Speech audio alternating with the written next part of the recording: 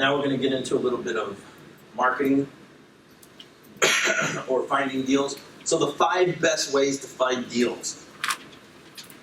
Other wholesalers and referrals, like we talked about in the last little section there. I'm going to go into a little detail on that. Calling everyone in your contact list, which is just, everybody at your job, everybody, all your friends and family, just everyone you know, and letting them know what you do. Networking events, and I'll go into more now. myhousedeals.com. I'll go into that one too. That's a website that you can list properties at. Craigslist, or find properties on Craigslist, and then calling bandit signs. So, first of all, this is a check that we did. It's $8,250, but we had $2,000 earnest money, so it's a total of $10,250. This is the property we made that check on. This property was under contract from another wholesaler. So what we did is we ended up making that $10,000 assignment fee, it's $10,250 assignment fee, and we split that with the other wholesaler. So we made, actually the $250 was a coordination fee, so it was $10,000. So we made $5,000 and the other wholesaler made $5,000.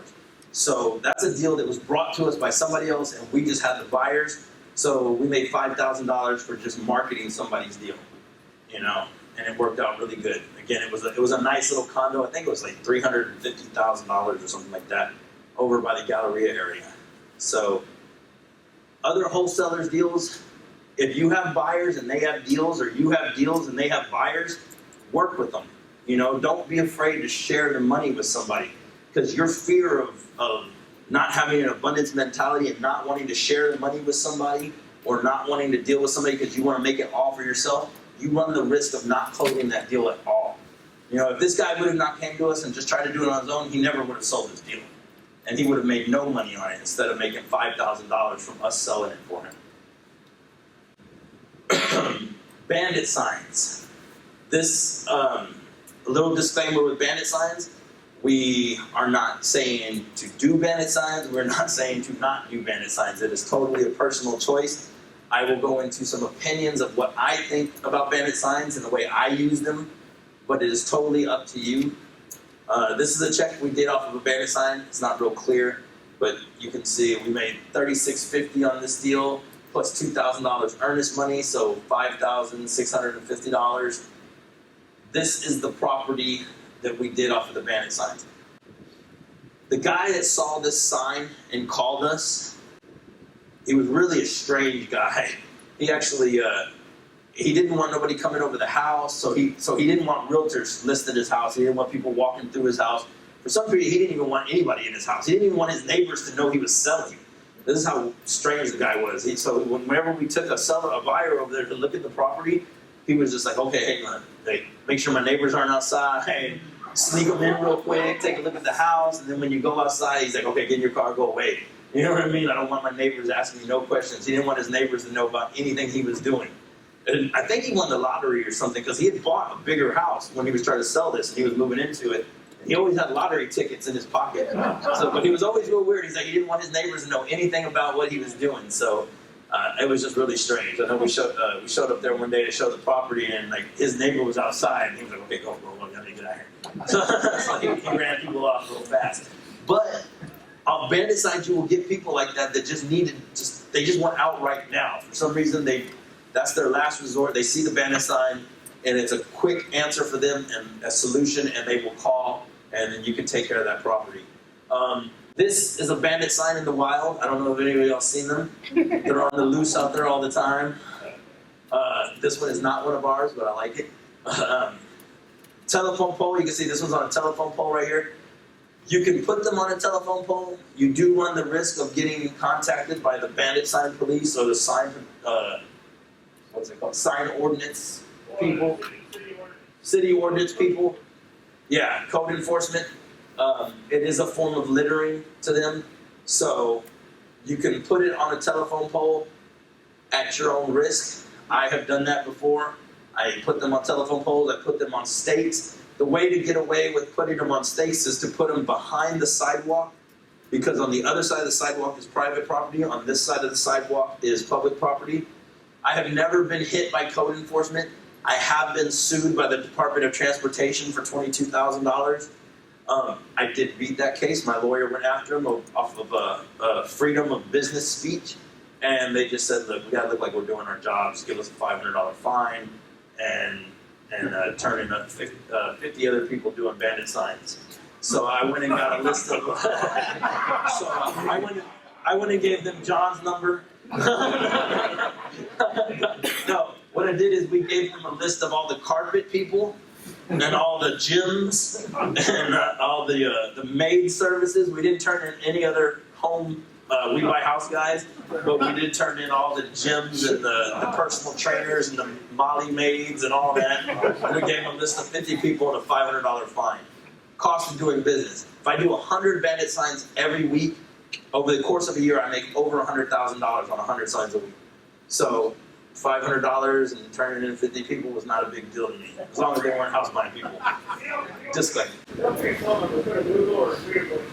Yeah, that's a good way to avoid being got is putting a Google Voice number or some kind of number that's not going to be tracked. What did you say? I use Google. He's a grasshopper, Google Voice, Google, of course. So there's a lot of services that you can use. Like Google Voice is probably the cheapest one to use. I use my answering service still, but I put them in older neighborhoods. Like I do not go to. I got fined, I got sued actually for being off of 1960 and 45, my Kirkendall over there. Bad area. My sign guys weren't even supposed to be there. They got lazy. They live in Tomball. They were going home. They put up 11 signs. Boom, fine. I like to put them, 45 South, I-10 East. Again, that's my personal opinion, my personal preference. I do not say do them or not do them. I'm just telling you what I do. This is what my bandit signs used to look like. I do not have my website on there anymore, and now we were using a Google Voice number, but now have an answering service number on there. So pretty simple, and now we handwrite them. This one looks handwritten, but it was printed to look that way. We actually use handwritten ones now. So.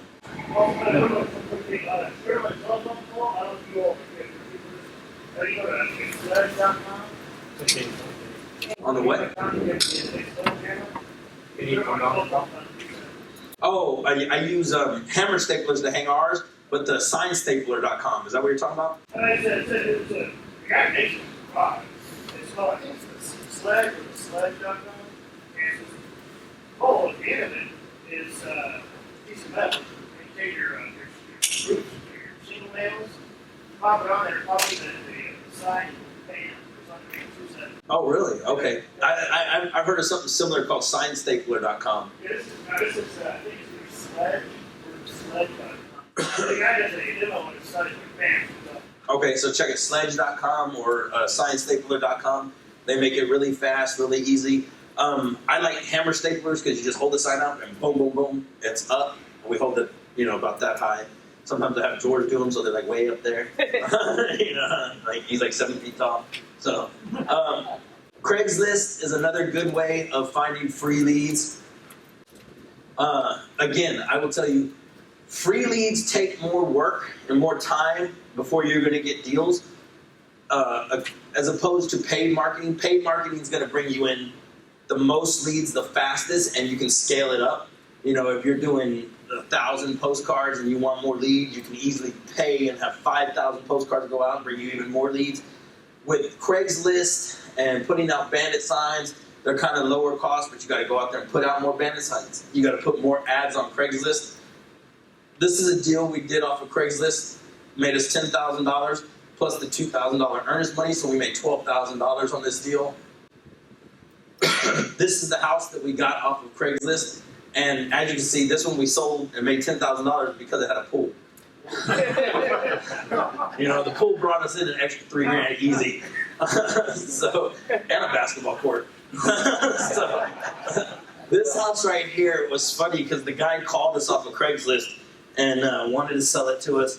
We offered him like $55,000 or something like that, and then he called us back like a week later and was like, I had somebody offer me 72. Can you match it and I'll sell it to you because I've been dealing with you first? We're like, 72? You're crazy. There ain't nobody gonna pay 72. You know what? We told them, you got somebody who's going to pay 72, you go ahead and go with them. They're probably not going to close because that's a ridiculous price, and I bet you'll be calling us back in 30 days and we'll still be here. So we did that. And then like a week after he called us like that, this other wholesaler in town called us and was like, man, I got this deal. Can you sell it for 78? And we're like, you're crazy. We couldn't even pay the 72 that you offered him. So we wait. I told George, I was like, just wait. As soon as this contract is up, this seller is going to be calling us back. Well, right in about 30 days, the seller called us back. And I was like, hey, I talked to you about a month ago, my property, it didn't sell, but now I have an issue. He's like, the guy who was trying to sell the property put bandit signs all around the neighborhood and for miles out, just hundreds of bandit signs. Cash price and the address. They put the address of the property and said investment property. The copper got stolen. The air conditioners got stolen. The house got vandalized. So this guy lost money because this guy didn't know what he was doing as a wholesaler and was putting the address and giving everybody the address to a vacant house.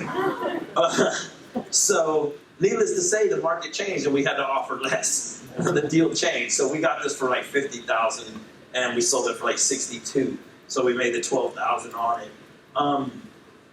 Another funny thing about this deal is we didn't know at the time, but when we went to closing, there was a lot next door that actually came with the house, and we didn't even know. When they did the survey on it, the people that bought this house got a free lot next door. Oh, wow. So, we didn't know, they got a free lot. But that wholesaler will go in and putting out the signs. You got to make sure you do not give your address just to anybody. This is what I was talking about earlier when you're marketing your properties for sale. Be careful who you let know where the property is, because they will go out there. There's so many people that are just so desperate and in need and just not very savory people. And they went out there and just totally vandalized this guy's house. Took his copper and everything, all the appliances, tore it up. Just really bad situation. I felt bad for the guy. Craigslist. How many of y'all know Craigslist.com? Bought and sold stuff on there. It's changed a little bit, but we still use Craigslist to be able to find deals. That's what we're talking. That's where that house came from. You used to be able to put graphic ads, which I'm going to get into. You can't do that no more, and I'm going to show you how we do it now. So if you go to Craigslist.com, you can go and start your own account. If you have an account, you just go and log in, and once you log in, you're going to be looking for. There's a section called Housing Wanted, and it's right there. So it's around the top under housing. There's Housing Wanted and Real Estate for Sale. You're going to look for Housing Wanted, and then you're going to post your ad in there. You're going to click on it, and then it's going to take you to a place where you can post your ad. And up here it says Post. So you're going to click on that for Post, and it's going to ask you questions. It's like, I'm offering housing or I need housing. You're going to click under I need housing. And then after that, you're going to put Real Estate Wanted. I don't know why it asks you that again. That's the category you're under anyway. And then when you're doing your ad, the way I do my ad is I put in bold cash for Houston houses, because the title is going to be what's recognized on Google search. So not only are you catching people that are on Craigslist, you're going to catch people on Google that search for this, because Google decides who shows up first in their searches by relevancy. Relevancy just means how much traffic goes to your website, how popular it is, and how specific your niche is to what they're searching for. So if somebody is like, I need to sell my Houston house, then that's going to come up, Houston houses, or I need to sell my Houston house or Houston houses. That's going to come up, and then it's going to say cash for Houston houses. So they're going to see that. They're going to be interested. The relevancy of Craigslist, because it is so large and so big and so powerful, is just that's what's gonna bring you up, and then your title is gonna be searched for. So that just kind of is a secondary benefit of using Craigslist. Now here in the descriptions, we used to put HTML ads, which were pictures. We would put the code and the pictures would pop up. Now we just put actual text in there, and then we will tell them about our website. So we'll say, cash for houses, cash for Houston houses, We can buy your house fast. We pay cash. We close fast. We'll even pay your closing costs. Our whole spill on what we're doing and how we buy houses. And then we'll put, please go to our website, and then we'll put the website on them for them to copy and paste. Because they have taken away the ability to be able to use a graphic ad that you could put on there, and you just click on it, and it would shoot them to your website, and they could just fill it out. You might still be able to do it under services, real estate services, but you can only place 3 ads a day in that category. And these you can place a lot more if you use a lot of keywords. We will have a whole list of keywords, about a paragraph, done on a piece of paper or Word document, and then say we have this many keywords. We'll copy and paste this many keywords and paste it at the bottom of our ad, and then we'll take the next section and copy and paste that at the bottom of our ad, and so on and so on. So we get more ads that aren't considered duplicates that way. That's a way to get around being considered a duplicate or a similar ad on Craigslist. So we have the same message, and then we'll change out the keywords at the bottom. And then we can even change the keywords for neighborhoods or sections of town. Or Galveston, we buy Galveston houses cash, we buy Kingwood houses cash, we buy Woodlands houses cash, and then have all your keywords changed for that. And then you can interchange it and have a lot more ads. Okay, so that's it for Craigslist postings, because they don't allow the graphic ads no more. Anybody have questions about the Craigslist posting or anything else so far? No, they get you for the duplicate stuff, but as long as you're really got something that you're selling, you're offering a service. It's just the duplicate stuff is what they get you for, because if you're just putting "we buy Houston houses cash" on every ad, they're going to get you for duplicate, and they're only going to let you do one of those ads, like for 24-hour period or something like that, 24, 72 hours, something like that. But we avoid that by using so many different keywords. And a lot of keywords. So we have a whole lot of keywords, and we'll use a patch about that big, and it's just all keywords all the way across with commas. And it keeps us from being considered a duplicate. All right, so absentee owners. Again, this is one of my favorite. This is a check that we got off of an absentee owner deal. $2,000 earnest money on this one too, so it was $9,750, which is right about our average on a wholesale deal. This deal was on Sundrop Lane. This is going out toward Katy. It was a really nice house. If you can tell by the picture, it was a really nice house. This lady got our postcard, and she called us, and she was like, she really needed help just getting out of the situation. What she had done is, this was her rental property. Her brother was handicapped. He was in a wheelchair, so she made the house wheelchair accessible, handicap accessible, little ramps, widened the doors, everything, and she put her brother in it. And then her brother proceeded to never pay her rent. So she was all stuck in this house with her brother not paying rent, but she couldn't evict him. She couldn't kick him out because it's her brother. So she called us and was like, look, I just want to sell y'all the house and y'all kick him out. So, well, we never even had to kick him out, because once she went into contract with us, we told her just to tell him that she's selling the house. And then he actually moved out without a problem then, because she sold the house. But he wouldn't pay her rent and wouldn't get out. So it was kind of a weird situation. I felt kind of bad for the lady, because she went through all the trouble of she actually put the work into the house to make it where he could get to the bathroom and all the doors where he would fit through with his wheelchair, and then he just didn't pay her. So, absent. Were you marketing to absentee owners, or you just sent cards to everybody? No, we were marketing to absentee owners. That's what I'm going to show you how we did that. Absentee owners. How many of you don't know what an absentee owner is? Okay. Non-owner occupant. It's just somebody who owns a property and doesn't live in it. So maybe they used to live in the property, and then they moved, and maybe they're renting it out, and it's vacant now. But a lot of times it'll be landlords. So in that case, sometimes you'll get, when somebody owns a property and they don't live in it, there's more of a chance that, they might be a tired landlord, or maybe they're just a landlord, and you can get a hold of those people. And if they don't want to sell you that property, you can actually put them on your buyer's list. Ask them if they're looking for more properties. Yeah. So it's kind of if they call and they get all mad at you, because I get a lot of calls where people are mad at me. And they're like, look, I own this house, I've been renting out for 10 years, it's a great moneymaker for me, take me off your list. Well, what, are you looking for more properties? Well, yeah, I am. So add them to your list. So it's a good way to turn it around and find buyers for your list. But what we're really looking for is people in this kind of situation, maybe not with their brothers taking advantage of them like this, but a tired landlord. There's people that come across situations like this all the time. People don't want to kick people out, or they're just tired of dealing with tenants, period. They don't want to deal with the sticks and bricks of real estate, toilets overflowing, getting calls in the middle of the night because the air conditioner went out, or any kind of situation like that. They're just tired landlords, or they're accidental landlords, where they lived in a property and maybe they got a divorce and the husband or wife ended up with the property, and they moved to another property and they just started renting this one out. For some reason, they just don't want to deal with it, and they don't live there anymore, so it's not their main house, so it's not their homestead or anything. So they want to get rid of it, and that's what we're looking for. People that own houses that don't live in them and have a problem for us to solve. And that's what happened in this case.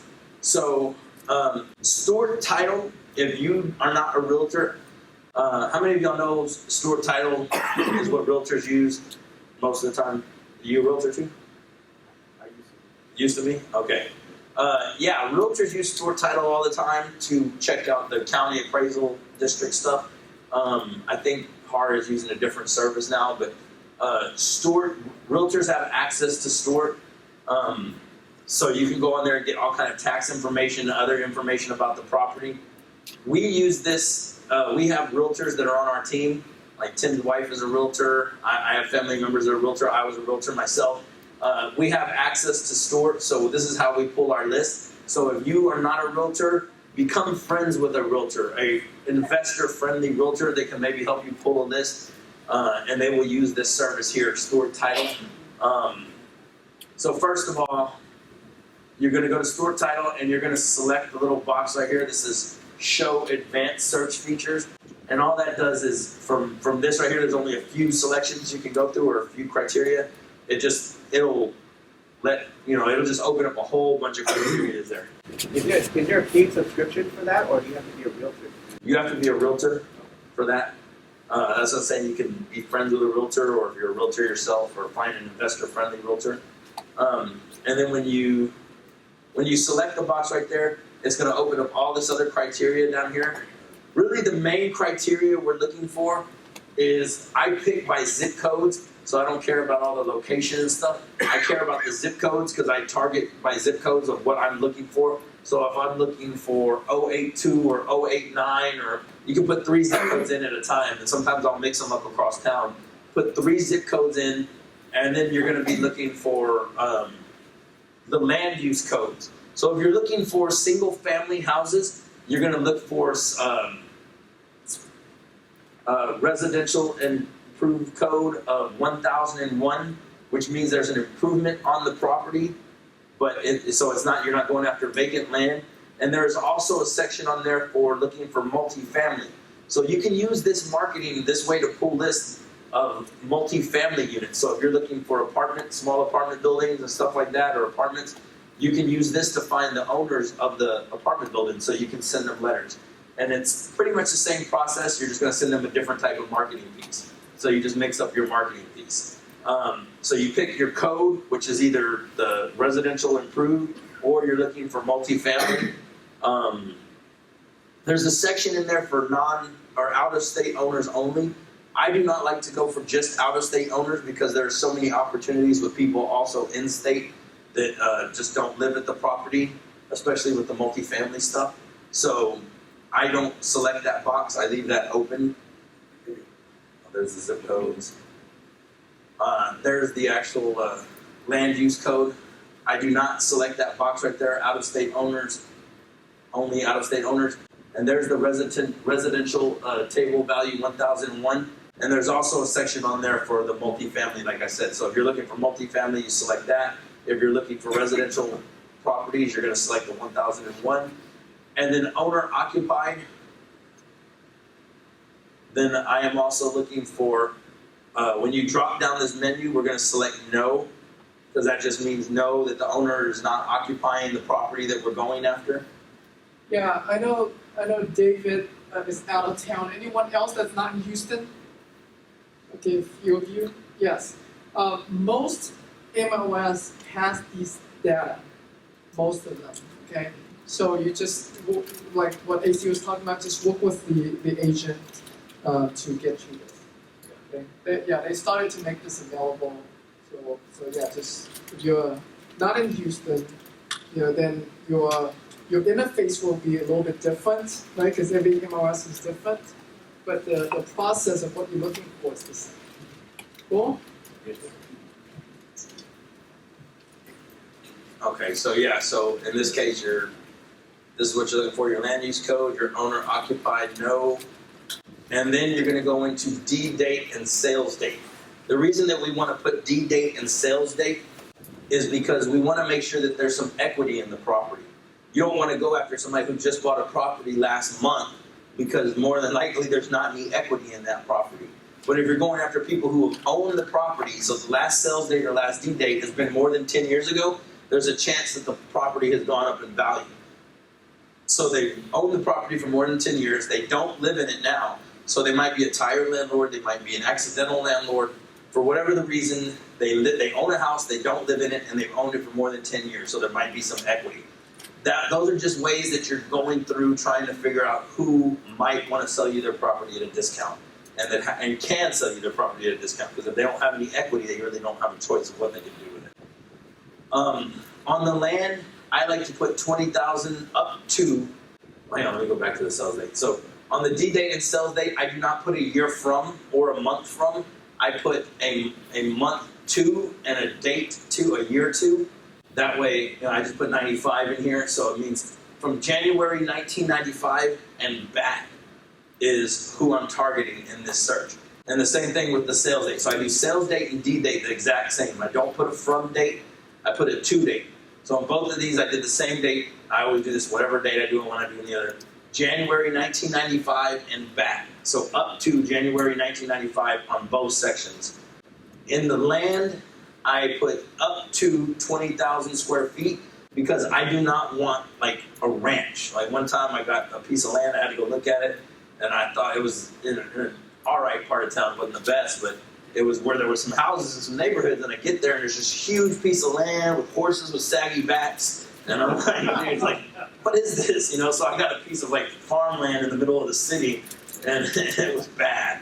And so to avoid those kind of properties, I limited it 20,000 square feet. Because this way you might get a double lot or a large lot or something like that, but I don't want a huge piece of land that has animals on it and stuff like that. So that's why I limited it 20,000 square feet. Characteristics, I don't use yes. One screen that you have a deed or a sale. But what would be the difference between A sales date is the last time it was sold. The deed date is the last time the deed was transferred. So the sales date... Not be the same. No, not necessarily, because there might not have been a sale. You might have just deeded it over to a family member or, something like that. It might not have had a sale, but the deed might have changed names or something. You know what I mean? It just for whatever reason it is, if somebody signed the deed over to somebody, but they didn't sell the property, maybe they gave it to a family member or something. So just to cover both bases, the deed hasn't been transferred since that date, hasn't been transferred since that date, and the sale hasn't happened since. So there's a chance for more equity. What? Do you know if the deed date includes a deed of trust? That could be one reason why they're different dates, because somebody comes to refinance if the deed includes a deed of trust. That could possibly be it too, in case of a refinance or something. I do not know exactly, but you could look into it. I don't know that one. Yes. So just to be clear, a deed is a transfer without any money considered, right? Well, the deed is the deed to the property. Right. So, say somebody owns a property free and clear, and say you're a family member of mine, and I'm like, I don't want this property no more. I don't want to deal with it. And you're like, hey, if I could live there, I'll deal with it, and I'll deed it over to you. Or, there could be a number of situations. But I'm not selling it to you, but I just deeded it over to you. Or maybe as a husband and wife, maybe they own a property together and they had the deed, one got the property in divorce and they deeded over. So there's no money actually, it's just transferred over deeded. There could be money also. There could be money. Just but it wasn't a sale like recorded as a sale. Okay. You can sell the deed at the same time. Yeah, I mean, there's a lot of situations that we could get into with that, but I just do both from the same date so that I know that that period of time, neither one of them has changed, so there's a chance for equity. So that's why I do that. The land is just to keep it from being like farmland or ranch land or something like that. Characteristics, I do not use characteristics most of the time. When I do use characteristics, it's because of a specific reason, like Oak Forest. If you know Oak Forest back here in this section back here is a really hot neighborhood right now.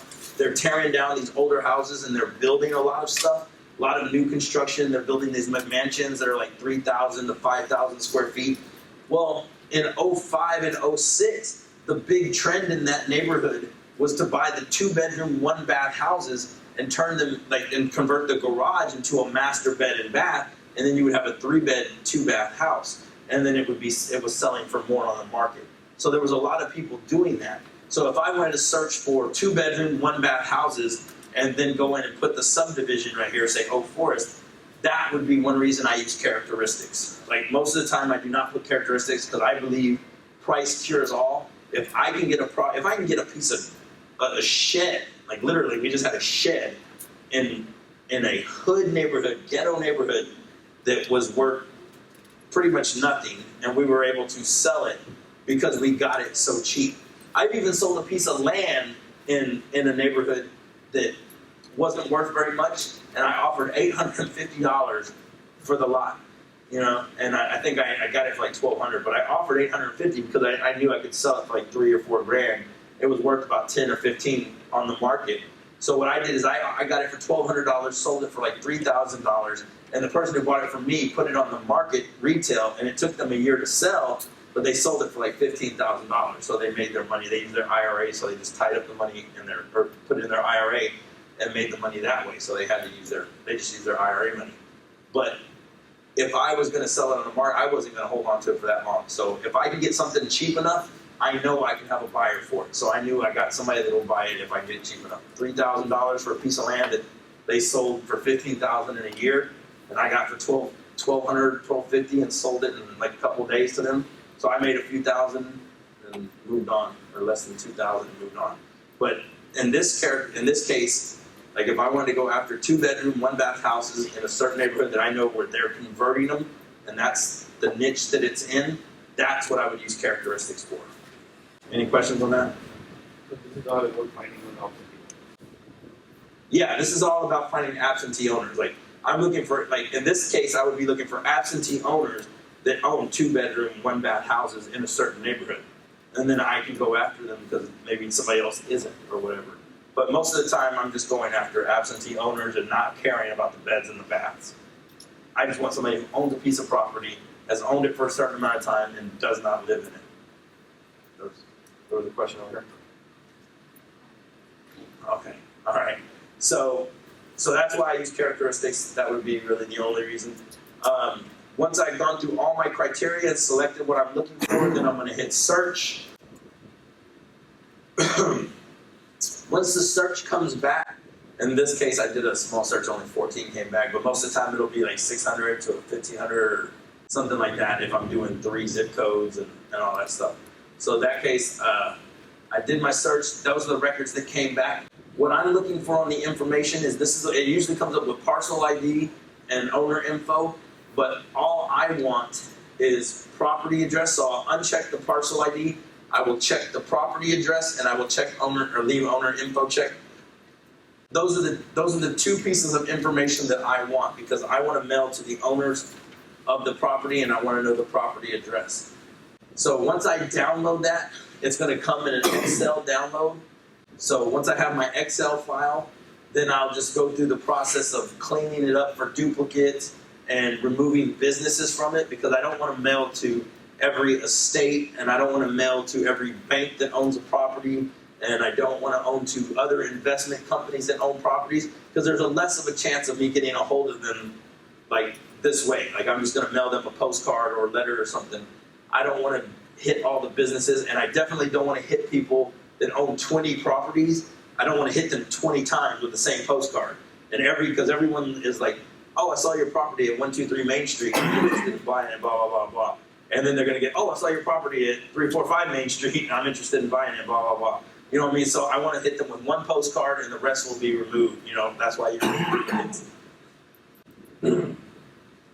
First of all, you're going to highlight the top row once you pull this list, and once you highlight it, you're going to freeze it because you want to make sure that your titles stay the same. You don't want your titles to be included in your information.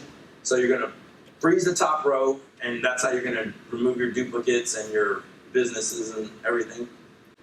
You can freeze your top row by going to your View tab and then finding Freeze Panels and then freezing the top row. And that's just going to leave that top row the same.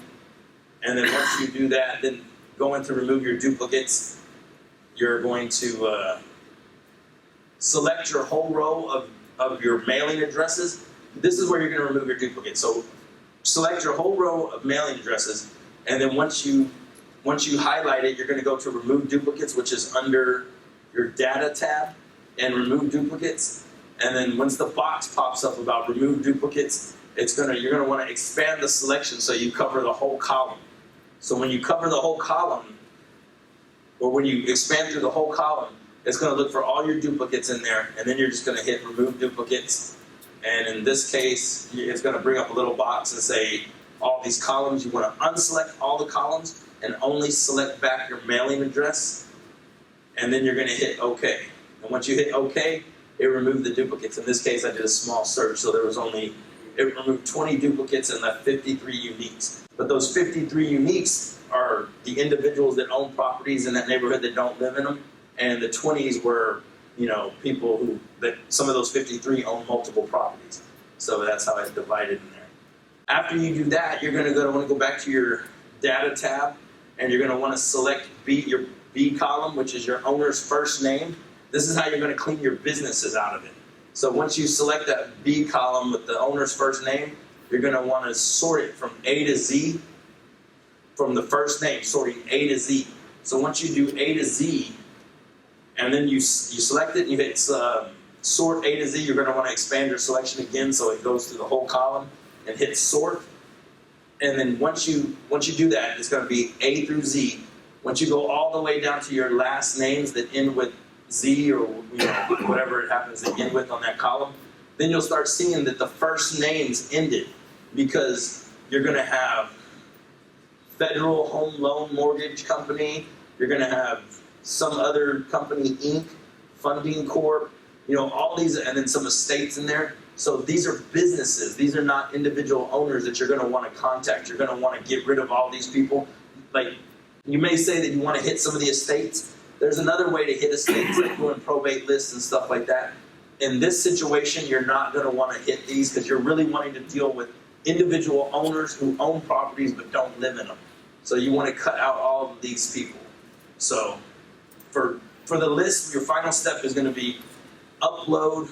Well, you want to save it. Save your list for your final list to upload it and mail merge it. And then make sure you save this file as a CSV format, a comma separated value format. I'm not very techy, so I know what to do. I don't know exactly how. And a postcard. This is the kind of postcard that we send to them. So it's just we send multiple postcards. I change up my postcards all the time. So the basic thing that you want to know to get, people are all the time like, well, do I got to send this kind of postcard, this kind of postcard? Look, the main thing is to get the message in front of as many people as possible. This is just one postcard that we use. This is our fake Gilbert. And this one is like, hi, my name is Joe Byer, or whatever your name is. I've been trying to reach you several times. I would like to buy your house at, and then you could have the mail merge, it'll say 123 Main Street. Let me get rid of your problems, give you a fast cash offer today. I will make it simple, fast, and easy for you to turn your house into cash at a fair price. You can call me at whatever phone number. Let's talk today, Joe. So that's your postcard. You can send out postcards at clicktomail.com. Have any of you used Click-to-Mail before? It is actually a service provided by the United States Post Office Service. It works wonderfully easy. That's what I like about it. It's very automated. you really don't have a lot of trouble with it. And if you do have any trouble dealing with it, you can call them and they will actually walk you through the process of doing it. So it's not difficult, but it's very easy. So you go through it. You can go on there. You select your postcard. Then you'll actually upload your mailing list. And when you upload your mailing list, it's going to give you fields to mail merge it into. So it'll give you a little box that you put in the place, like on the postcard, where it says right here, where it's like, I'll buy your house at 123 Main Street. You can put the little box right there and it'll say property address. So you'll have property address on your CSV file. And then what you're going to do is move the little box to right there that says property address. So anything that's in that property address box, property address line on your CSV file is going to be put onto there. And that'll line up with the owner's name. So you can actually have the owner's name on here, or there we go right there. So, hi, owner, whatever their name is, Joe, owner, and then my name is Joe Buyer, been trying to get a reach of you, your house at 123 Main Street. So you can put in the boxes on each one of these sections, and that's going to be how, that's going to be how you mail merge it. And then when they get it, they're like, oh, it has their name on it and the property address, so they feel a little more personable about it. They know you went out of your time to do that. At the beginning of this presentation, only realtors can access it. Is it not what you said? The absentee owner list from stored title, yes. Okay, so you have to be realtor to do all this. No, this anybody can do on Click to Mail. To get the list off of stored title, Get to the absentee list. yes, from stored title. You can buy a list from somewhere else. But you don't Like have- you can buy a list from List Source or something like that. when you get your addresses in the owner, you don't know they're absentee though. You just know they own it. No, when you search absentee owner, you can say that because remember it said the box that says owner occupant, and we select no, so they own it, but they don't live in it. So it's a non-owner, absentee owner. Yeah.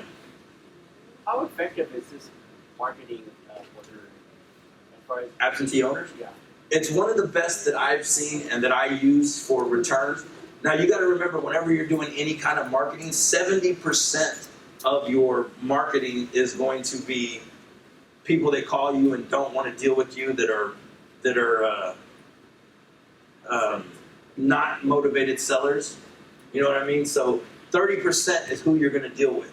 That 30% is going to turn into the people that you actually can work a deal with or are motivated of some sort. Now, not all of those are going to turn into deals either, but that's where your deals are going to come from, is from those 30%. You're going to have to, squeeze out your motivated sellers out of that and negotiate and get your deals from that.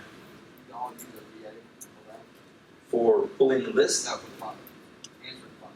when the calls come in, no, we use an answering service. You can either have it go directly to you, or we personally use an answering service. So it just depends on how you want to do it. We do such a large volume that we have a virtual receptionist. It's actually a live person. And I'll go into that when I go into structures of business and everything. Is there another question? Yeah. So does everybody understand that? So pulling the list, actually mail merging it, and getting it on like for this part right here. You can. I do. I put my full name. Sometimes I'll mix it up and I'll put a girl's name that doesn't even exist or something like that, just because sometimes girls' names get a better response because they're less threatening. Psychologically they feel like, oh, this woman's not gonna rip me off, or something like that. So I'll use a female name sometimes, or just mix it up. Sometimes I will put a company name in there. I have found that I feel like I get a better response when I use an actual name, because they feel like it's a personal person trying to buy it instead of a business. Maybe they think you're a corporation, you're going to take advantage of them or whatever. So you say you're a girl and they call you. Well, the answering service is girls sometimes. It could be anybody. Or they could say, oh yeah, I work for her, I take a message. Or when I used to answer the phones myself, I just say, oh, that's my girlfriend and we're partners or something like that. Or, just mix it up. You know, they once they call you and you get their information, it doesn't really matter. You know, you can tell them whatever. You know, oh, she doesn't work here anymore. She got fired. But you know, I've done that. Use girls' names and then they call and they'll leave a message. Sometimes they will leave a message and I want to talk to her, or you know, but sometimes they do that when it's my name. You know, because sometimes it's my name and a girl answers and they're just like, I want to talk to AC Ramos. You know, they just want to talk to whoever's in charge, is their main concern. But you know, once you start dealing with their problems, say, oh yeah, I'm you know her assistant, or I'm his assistant, or we're business partners. She's out of town right now. She's dealing with some stuff. I'll take care of it, or he's gone. I'll deal with it. You know, whatever. So yeah. So that's about it on there. Now probates is another good one. Probates are just people who inherit properties, or people who pass away and they leave wills, and the will is probated through the court. That's what these are. So somebody has inherited a property that was left to them from, you know, somebody, and it's gone through the court process, and they are either the executor or executrix of the property. So I like probates because there's not a lot of competition in them. This is a deal we did on a probate deal. We made $50,000 at closing, and I think the earnest money on this one was actually $5,000 because it was a bigger deal. But this was a probate. This is the properties. You remember these? Oh yeah. There was 13 little houses like this on this one lot, and this is over in 5th Ward. I like this deal because it was really funny. It was like, I went over to the house one day when I first got it under contract. And matter of fact, it was this house right here. I pulled in behind there, and there was a truck behind here, big black truck, and it had rims on it. And so I was like, I got out, and I'm walking around, and this guy gets out of the truck. He puts down the window, actually, gold teeth, everything, you know. And he's like, what you doing around here? And I was like, I'm just checking out the property. I'm the new owner. And he was like, oh, really? You know, he's like, yeah, I run a rehab. He's like, I got this house, and then he had the one next door. And he's like, I run a rehab out of here, so I'm helping the community, and I'm, you know, getting people back on their feet. And then I was like, oh, really? He's like, yeah, man. He's like, I was like, okay, that's cool. He's like, man, what you need to do is you need to get those drug dealers on the corner over there out of here. And there was 13 houses like this, and then further down over here, there was 2 houses. And he's like, those 2 houses are owned by some drug dealers. And he's like, man, they're out there, you know, selling drugs all night. I'm trying to keep my people in here clean. You know, so I'm here to protect them and stuff. So I'm like, oh, really? Okay, man, this is a good guy. So I go down the couple houses and I'm talking to the people, and they're telling me they're smoking weed, blowing in my face, and they're like, "You're the new owner?" And I was like, "Yes, I am." They're like, "You're gonna raise my rent?" That's all they care about. And I'm like, "Well, yeah, if you afford to smoke weed all day, I'll raise your rent." And they're like, man, what you need to do is you need to get the prostitutes and the pimps out of those 2 houses on the corner right there. And I was like, really? That nice guy over there? He's a pimp? And I was like, no way. You didn't tell me all those things what you're telling now. Shh. I told Eric. Eric knew. Eric knew? Yeah. Eric, right. As long as they pay rent, he didn't care. No, but they left. Eric kicked them out. He still owns it. Yeah. Oh no, I talked to him. He came to the event the other day. He said he still owns it. Yeah. He said those people left just because they didn't want the trouble. But yeah, as the pimps that own the 2 houses on the air were complaining about the drug dealers were complaining about the pimps, and the pimps were complaining about the drug dealers. So I was like, man, and that's when I first got it. And then one of the owners, like Surrender, was one of the owners of this property. So he was one of the ones that bought it. But they ended up, Eric was his partner on this deal. Eric ended up cleaning it up. I think he rented out, there was 2 that weren't rented out. He cleaned them up, rented those out, raised the rent a little bit, I think. And he cash flows really good on this, like something like $6,800 a month or something like that. Or more now, yeah. So this property was a cash flow cow. It was excellent for cash I flow. wasn't his partner. I gave him the money to buy. Okay, you were his funding partner. Yeah. So that's one of the reasons that I like probates, is because the lady who inherited that property, the reason she wanted to sell is because her husband had passed away, and he did all of the the managing of all the properties, and they owned more than that. But she just didn't. She wasn't going to go over there. She's a little old lady. She wasn't going to go over there and collect the rent from the drug dealers and the pimps. You know what I mean? She didn't want to do it. She hadn't even collected rent in 4 months. You know, so she was like, "Look, I'm not going over there. I don't want to deal with it." So, you know, selling it to me and then me selling it to them, people that will actually deal with it. Eric owns some other ones right down the street, right? The ones he owned the other little complex just like it. I think, right? I think he owned another little complex right down the street that was just like it. So he knew how to handle those kind of people, you know. So he cleaned it up, got them out, and got some good renters in there, and now he cash flowed a lot. So the way you're going to go about finding these probate deals is you're going to go to harriscountytx.gov/probate, and that's going to actually bring you to the probate court county clerk's website. And what you're going to look for is when you get to this page, there's a bar down here that says Harris County Clerk's Database. That's what you're going to click on, and this is what it looks like. So what you're going to do is you're going to want to search by date. So here's a date right here. So say you want to go about 4 months back and do from 4 months back to 3 months back. So that way you have, or from 3 months or whatever it is, you want to get like 4 months to 3 months back and get those dates and start going through all of those files. And what you're looking for is what's called a probate will with letters testamentary. And you'll be able to see the nature, and it says application to probate will and issuance of letters testamentary. Letters testamentary is what they give the executor or executrix of the property. So that way they have the right to sell the property. They're the one who is in charge of the estate from the deceased person. Go back to what I said. Which part? All of them. Okay, you're looking for the nature to be a probate will and issuance of letters testamentary. The letters testamentary is the document that the judge will give the executor or executrix of the property that gives them the right to sell the property for the estate, and they make the decisions for the estate. So that's what you want, is you want to deal with the executor or executrix of the property.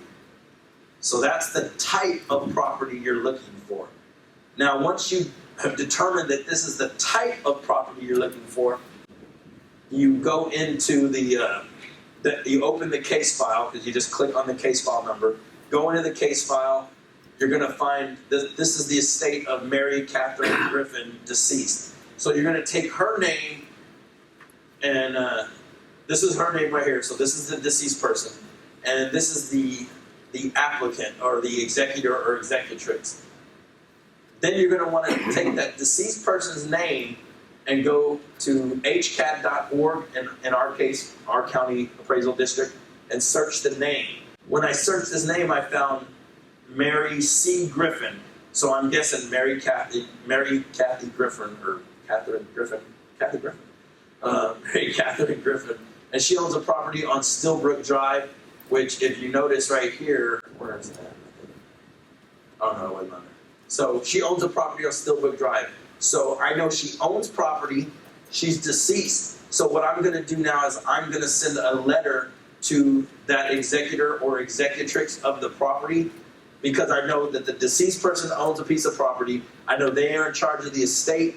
They make the decisions. That's who I'm going to send the letter to.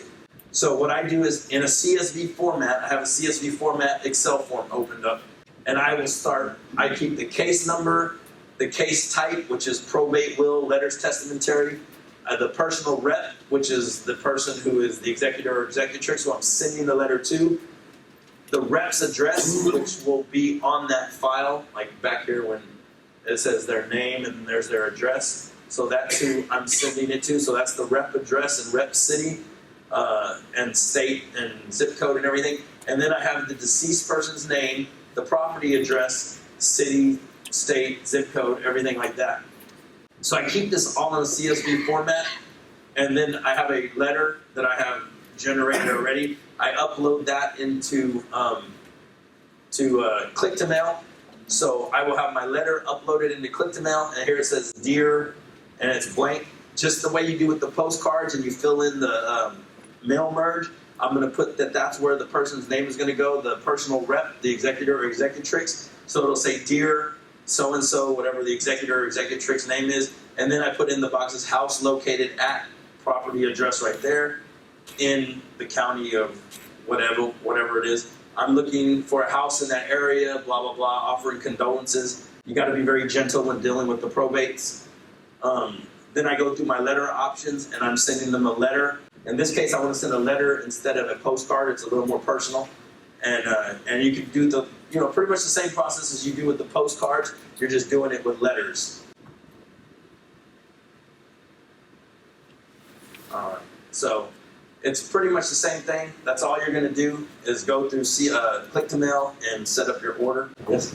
So the executor address information is public and common. Yeah, well, sometimes you'll have to search for them like on white pages or Java search or something like that. But a lot of the times when they fill out the paperwork, they put their address in there. So that's probates. That's another one of my favorites because there's a little more competition now than there used to be, but there's not as much as there is in other forms. So that is a good form of marketing.